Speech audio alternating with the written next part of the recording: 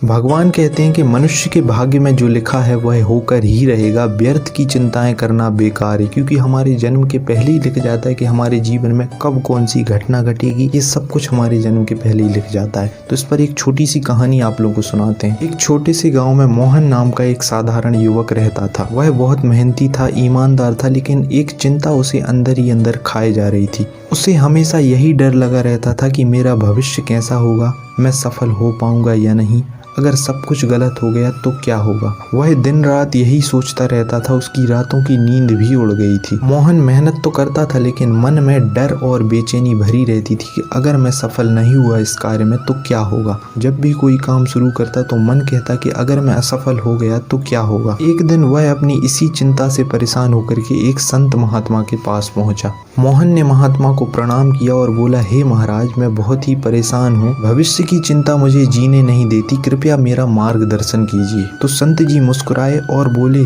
क्या तुमने कभी बहती हुई नदी को देखा है? मोहन ने कहा, हाँ महाराज। तो संत जी ने कहा, नदी अपने रास्ते की चिंता नहीं करती, उसे सिर्फ बहना आता है, फिर भी वह अपने गंतव्य स्थान तक पहुंच जाती है। भगवान ने हर मनुष्य के भाग्य में कुछ ना कुछ लिखा है। जो भाग्य में लिखा है वह होकर ही रहेगा, चाहे तुम चिंता करो अथवा ना करो।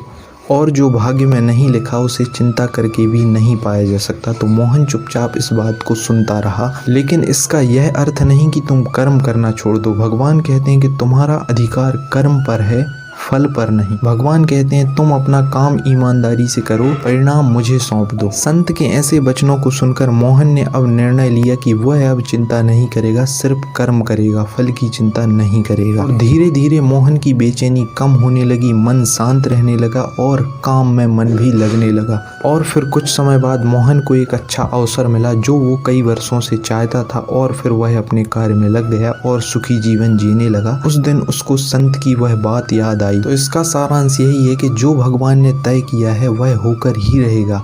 चिंता करने से नहीं, विश्वास रखने से। तो भगवान पर विश्वास रखिए। भगवान ने हमारे लिए कुछ ना कुछ जरूर तय किया है, क्योंकि बच्चे के जन्म होते ही माता पिता उसके जीवन भर की प्लानिंग करते हैं। तो सोचिए, जिसने ये दुनिया बनाई है, जिसने ये सृष्टि रची है, उसने हमारे लिए कितनी प्लानिंग की होगी। सब कुछ पहले से तय है। भगवान ने सब कुछ तय करके रखा है। समय आने पर हमें सब कुछ मिलेगा। जो भी हमें मिलने वाला है, भले ही समय लगेगा, लेकिन हमें सब कुछ मिलने वाला है। तो बस भगवान पर भरोसा रखिए और अपने कार्य में लगे रहिए, कर्म करते जाइए, फल की चिंता मत कीजिए।